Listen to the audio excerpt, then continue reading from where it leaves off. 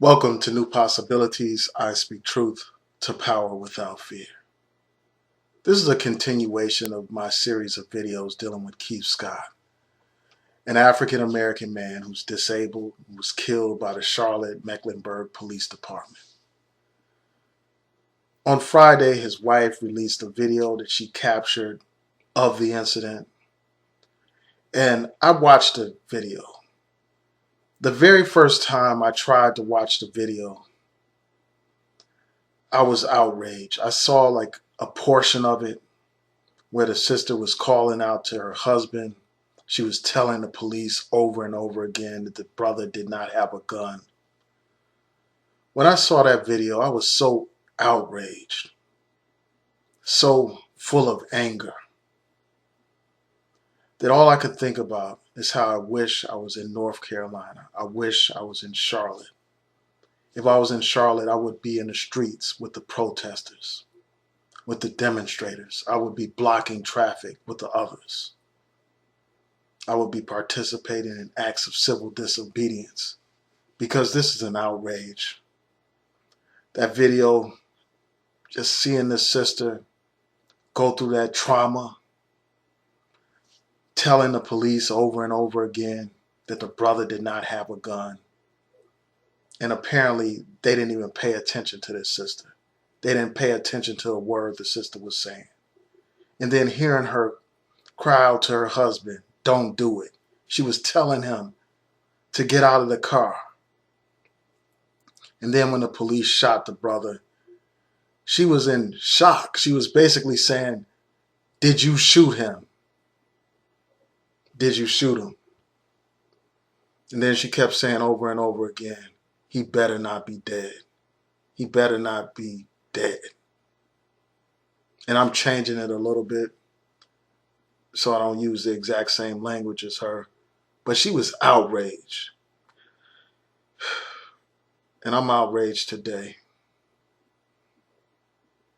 I just wish that there was more that could be done about this situation. So this sister's video is very important because it captures the event. But the unfortunate thing about it is we don't actually see the shooting. We don't have a clear shot or a clear video of her husband, Kevin Scott, right before he was shot. We see him outside of the car, but we don't see much else after that. Like right after he gets out of the car, that's all we see. And then we can't see much else because understandably, his wife is distressed. She's emotional. She's not thinking about trying to capture the best picture of her husband being killed. That's not what she's thinking about. So I understand, for obvious reasons, she didn't capture everything. For obvious reasons, the camera was not steady. But it captures the emotion of the incident. It captures the pain and the trauma of the incident. And it captures the callous disregard of the police. Because the whole time the police are asking each other, "Are you good? Are you good?" It's like they are more concerned about each other than they are about the man that's laying in the street dying. So yeah, I mean, that whole situation just frustrates me. It enrages me. And one thing that I find curious is just this whole issue of whether or not he had a gun. And I'll talk about that a little bit later when I go on to the other video that was released. But at one point, you don't see any object near his feet, near Rakeyia Scott's feet. Any object that is purported to be a gun. And then the camera pans in a certain direction where you can't see the police, and then it pans back, and then all of a sudden you see an object that looks like a gun. That raises a lot of suspicion for me. But I will say this, I would think that if his wife saw the police planting a gun, she would have said something while the video was being filmed. She would have spoken out about that. She would have made a big deal about that. So I don't know if the gun was actually planted or if his shadow was covering up the gun, and then he moved to a different position, and then you could see the gun. And when I say he, I'm talking about the officer who was standing over Keith Scott. So this raises a lot of questions. So people have been protesting, and in response to those protests, eventually the police released the videotape. And as you all know, I did a video calling on the police to release the tape. And others have been asking for this, and people have been marching in the streets demanding that. And finally, they released the tape on Saturday, yesterday. Now, a lot of people often say that protests don't matter, that marching doesn't matter, that it's obsolete and all that kind of stuff. They often say those things. And they often say that there's no point in people being outraged to the point of rebellion. Those people that make those kind of statements don't understand history. They haven't studied history. Because if they have studied history, they would know that protests and demonstrations make a difference. They have the power to affect change in this society. And on a very small level, those protests, because of those protests, the police have been forced to release this tape. Now, I saw the tape, and I just want to share some of my thoughts about the tape. Before this tape was released, the police department said that an African-American police officer killed Keith Scott.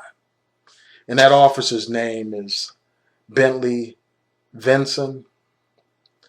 And when you look at the tape, there are serious questions about that assertion. Because nowhere in the tape do you see this African-American officer firing shots at Keith Scott. All I see are two officers, at least from the dash cam, you see two officers hiding behind a truck with their guns pointed at Keith Scott. And one of the officers has a red shirt on. That officer fires shots at Keith Scott. I don't see this black officer anywhere in the picture. I don't see him in the picture from the dash cam. I don't see him in the picture from the body cam. I don't see him. I don't see him busting off shots at Keith Scott. So I have a hard time believing that this African-American officer actually killed Keith Scott. And it's possible that perhaps he wasn't filmed and he fired shots from a different angle that I couldn't see, that other people couldn't see. And perhaps that's the case. But I find that to be highly unlikely, just given the scenario and given the fact that you have two witnesses. And I'll post links to all these videos in the description box so you can see them for yourself. But you have two witnesses who said that the black officer did not shoot and kill Keith Scott. So something doesn't add up. Also, I wonder if the police have even released all of the video footage. All you have is one body camera and you have the dash cam. But there were other police on the scene. Police who were actually close to Keith Scott at the time of the shooting. That officer with the red shirt on. Did he have a body camera on? Why can't we see that footage? If he didn't have a camera on, why didn't he have a camera on?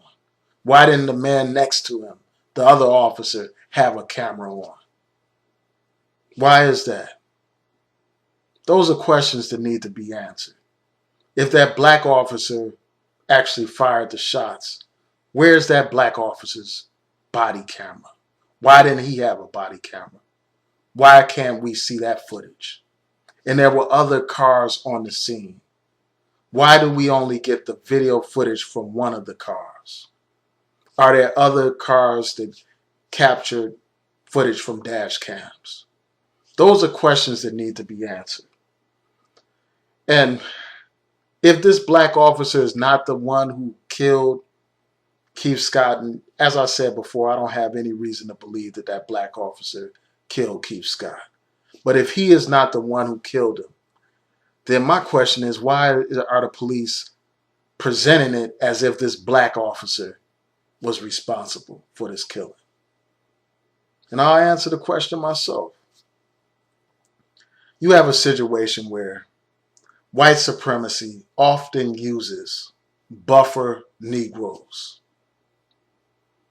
They use black men as the fall guy, as the puppet, to cause a diversion so that people can't say that this is a case of racism. They put a black face on it. Much like how the colonial powers, they would present a sham image of independence. They would make it seem as if certain African nations had actually acquired independence, have reached a point where they were determining their own destiny. They would present that image by installing puppet leaders to carry out the colonial agenda. And that's what these people do. They put out these African Americans before you so that you will get confused and think that this doesn't have anything to do with race, when it has everything to do with race. They say that because there's an African American police chief, that this couldn't possibly be an incident of racism. Well, institutionalized racism is so entrenched that it doesn't need white people in order to function. It could function with black tokens in charge of it. It can function like that. Much like how the plantation, they would have black overseers to carry out the bidding of the slave masters. Black overseers to beat slaves. So this is nothing new. And I'm not fooled, and many of us are not fooled by these puppets that are put before us, by these fall guys who are put before us. And this whole question of who killed Keith Scott just brings in to question the whole issue of credibility. If the police can't be trusted with something as basic as who shot and killed Keith Scott, can we believe anything that these police say? Can we believe a word that comes out of their mouth? That's the question. And, you know, as I was saying before, I don't know if the police planted a gun, but I don't rule it out. Given the history of the police, given the kinds of things that they have done, there are plenty of examples of police planting evidence, police planting drugs, and police planting weapons. So that is not beyond the stretch of the imagination. It is not beyond the realm of possibilities that a police officer could collude and plant evidence, plant a gun at the scene. But so far, I haven't seen like concrete evidence of this. I've seen a couple of videos that have surfaced where people claim that there's evidence of a gun being planted, but I need more than that. I need much more than that. And I want to know if the city has more video footage. So let's talk about the footage for a second. Now, I watched the video quite a few times. I enlarged the images, and I was going to actually post those videos, but I don't want to deal with the rendering and all the copyright issues, so I'm not going to do that.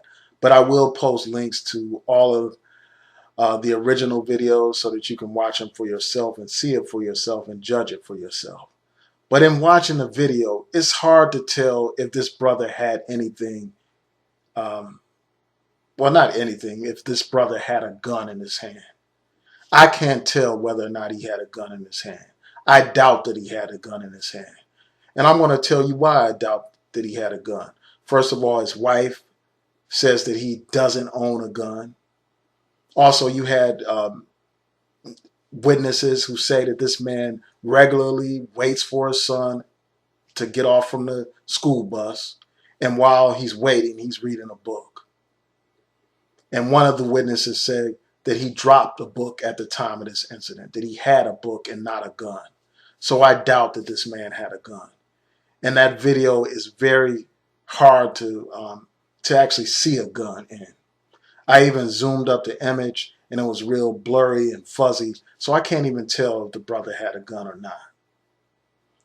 So that's the first thing. I mean, it's really unsettling that this video doesn't provide a definitive answer as to whether or not he had a gun. And I already knew this, as I pointed out. There was some politicians who actually saw the video. The family's attorney saw the video, and they said the same thing. And I agree with them. It's hard to tell if the brother had a gun or not. But for the reasons I previously said, I don't think that he did. And this video just raises more questions. And there is no closure or any conclusion based on this video. This video just raises more questions. And for that reason, people are still marching and protesting right now as I speak.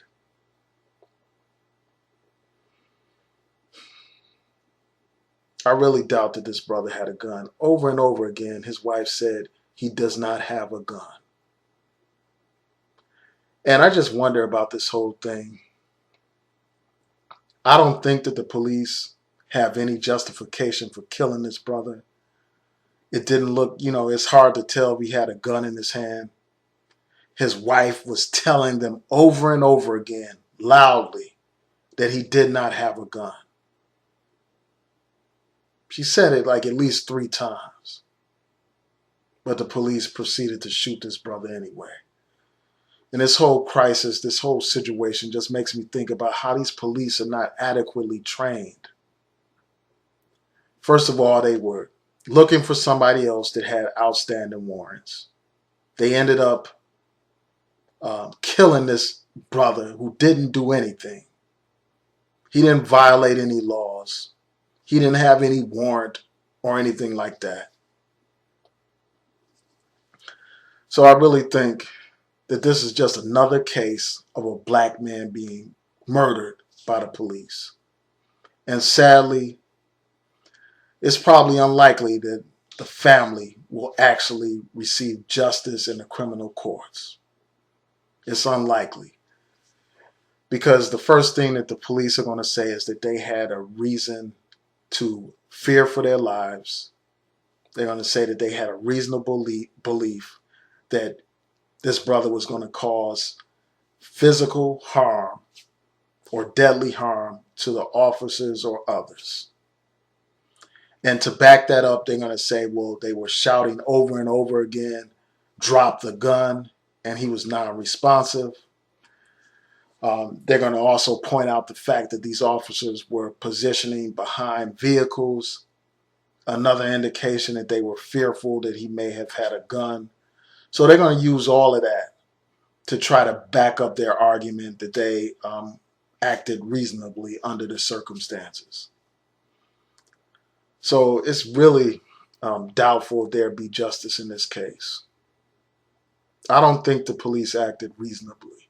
I don't think that there is any justification for what these police did. And the police departments, they need to be better trained in how to deal with people who have mental disabilities, who are mentally ill, and people who are on drugs or intoxicated. There needs to be better training, because this looks like another situation where an innocent black man is being killed and there will be no justice rendered. The only form of justice that seems likely is that there will probably be some kind of compensation for the family. But in the meanwhile, the injustice continues. It just continues, because not too long ago, another brother was killed in the same area in North Carolina by the same police department. And there was no justice in that brother's case. And his name is Jonathan Ferrell. I've written blogs about that issue, and I've done a couple of videos here on YouTube about that. We have to bring an end to this. We really do. Here we are in 2016. with a black president, and still black people are being killed by these police and there's no justice being rendered. Until we have justice, we need to be vigilant. We need to be using every single means available to us to change this situation. So those are my thoughts about this situation. Tell me what you think. Please rate, comment, and subscribe. Peace.